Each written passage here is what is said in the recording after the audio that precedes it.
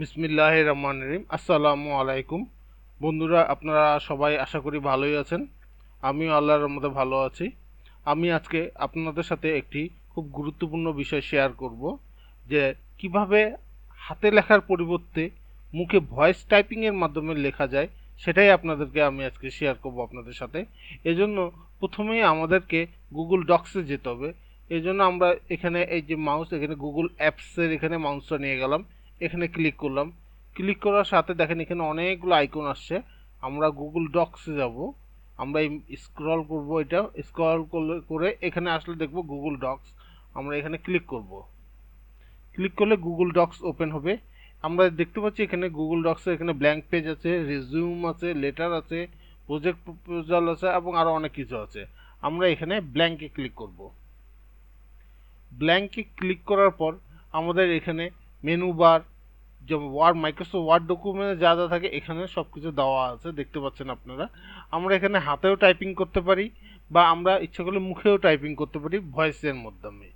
তাই আমরা যদি ভয়েসের মাধ্যমে টাইপিং করতে চাই তাহলে কি করব? তাহলে আমরা এখানে দেখেন ফাইল আছে, edit, view, insert, format, tools. আমরা এই টুলসে যাব। টুলসে যাওয়ার পর spelling, grammar, word count, citation, explore, অনেক কিছু। আমরা এই ভয়েস টাইপিং দেখতে পাচ্ছেন, এই ভয়েস টাইপিং এখানে ক্লিক করব। এখানে ক্লিক করার পর আমরা আসলে আপনারা এখানে মানে ফন্ট যদি ছোট থাকে তাহলে আপনারা এখানে ক্লিয়ার দেখতে পাবেন না। তাই আমি এখানে ফন্টটা 11 জায়গায় আমি এটা বাড়ায় নিচ্ছি, বাড়িয়ে এটাকে 23 করলাম। 23 ফন্ট করলাম। তারপর এখানে দেখেন এটা হচ্ছে মাইক্রোফোন, তার উপরে দেখেন এখানে ইংলিশ ইউএস লেখা আছে। আমরা ইংলিশে টাইপ করব না, আমরা বাংলায় টাইপ করব। তাই এখানে ক্লিক করে আমরা এটাকে ফন্টটাকে ইংলিশের পরিবর্তে বাংলা করে নেব। ইংলিশ, স্প্যানল, ইটালিয়ানো, অ্যারাবিক, হিন্দি, এই যে বাংলা। বাংলা আবার দুটো ভাষায় আছে, বাংলা বাংলাদেশ, বাংলা ভারত। আমরা বাংলা বাংলাদেশ সিলেক্ট করলাম। করে এখন আমরা এখানে টাইপ করব। তাই এখানে মাইক্রোফোনে আমরা ক্লিক করব। মাইক্রোফোনে ক্লিক করা মাত্রই আমাদের এখানে ওই লেখাগুলো ফুটে উঠবে। আমি যা বলতেছি তাই এখানে শো করবে। আপনারা বুঝতে পারতেছেন আমি যা বলতে চাচ্ছি তাই এখানে ফুটে উঠবে, কারণ খুব আস্তে হচ্ছে।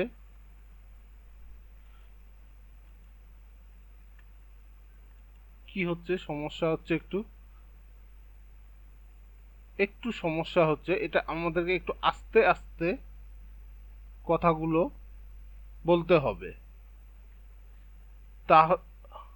তাহলে আর কোনো সমস্যা থাকবে না।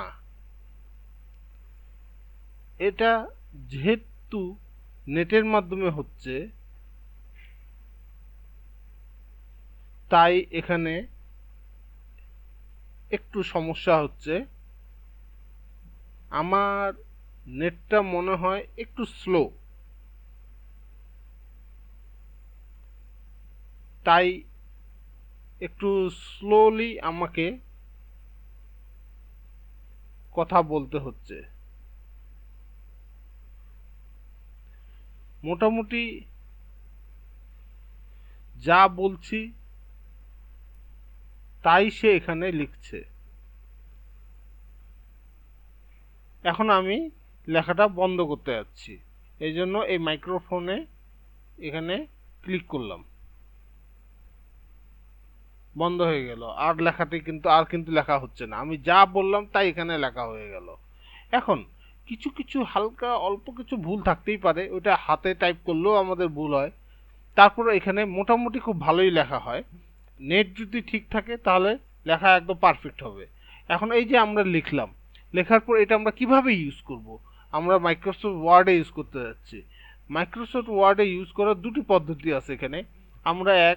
আমরা যদি এই ফাইলটাকে মাইক্রোসফট ওয়ার্ডে সেভ করে নিই, যেমন এই যে ফাইলে গিয়ে আমরা এখান থেকে কপি করে নিতে পারি এটিকে, বা এখানে গিয়ে আমরা ডাউনলোডে যাব, ডাউনলোডে যাই, মাইক্রোসফট ওয়ার্ডে গেলাম। এটা মাইক্রোসফট ওয়ার্ডে দেখেন ডাউনলোড হয়ে গেল। ডাউনলোড হলে আমরা যদি ক্লিক করি এটা ওপেন হয়ে যাবে।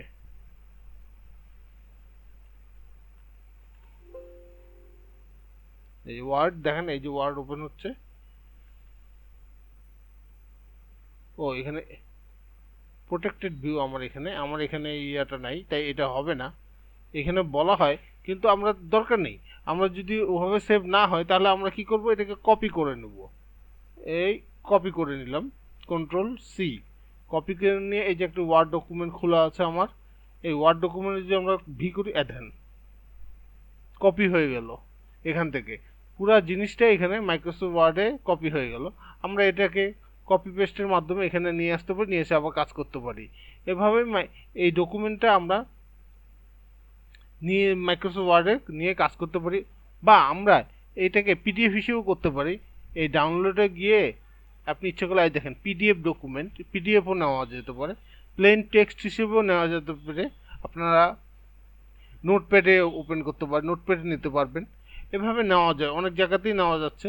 সো আপনার বুঝতে পারতে, আবার এখানে আমরা কয়টা ওয়ার্ড লিখেছি তাও এখান থেকে আমরা বের করতে পারবো। এই টুলসে গিয়ে আমরা যদি ওয়ার্ড কাউন্টে ক্লিক করি, দেখেন এখানে বলে দিচ্ছে ওয়ার্ড আছে এখানে 77। আমরা যদি একটি ওয়ার্ড ক্লিক করি, এই কথাটা সিলেক্ট করি, টুলসে গিয়ে 77 ওয়ার্ডের মধ্যে একটি ওয়ার্ড আমরা এখানে সিলেক্ট করেছি। এভাবে আমরা যদি দেখেন এখানে আমরা যদি 3টে ওয়ার্ড সিলেক্ট করি, ক্লিক করার মাইক্রোফোনে এইটা যদি সিলেক্ট করি, করে যদি আমরা ওয়ার্ড কাউন্টে যাই, দেখেন 3টি ওয়ার্ড আমরা সিলেক্ট করছি। টোটাল ওয়ার্ড আছে 77টি এবং ক্যারেক্টার আছে 422টি। এখানে সব কিছুই আমরা পেয়ে যাচ্ছি। তা আর কি লাগে, আমরা তো এটাই চাচ্ছিলাম। এখন হাতে টাইপ করার দিন আসলে শেষ, এখন ভয়েস দিয়ে সব টাইপিং করা যায়। এটাই আজকে আমি আপনাদের সাথে শেয়ার করলাম। আপনারা নিজেরাও এটা বাসায় প্র্যাকটিস করে দেখতে পারেন। আপনাদের নেট স্পিড যদি খুব ভালো থাকে তাহলে খুব সহজেই হবে। আপনাদের যদি বাংলা ফন্টটা থেকে থাকে তাহলে মাইক্রোসফট ওয়ার্ডে আপনারা ডাউনলোড করে নিয়েও কাজ করতে পারবেন।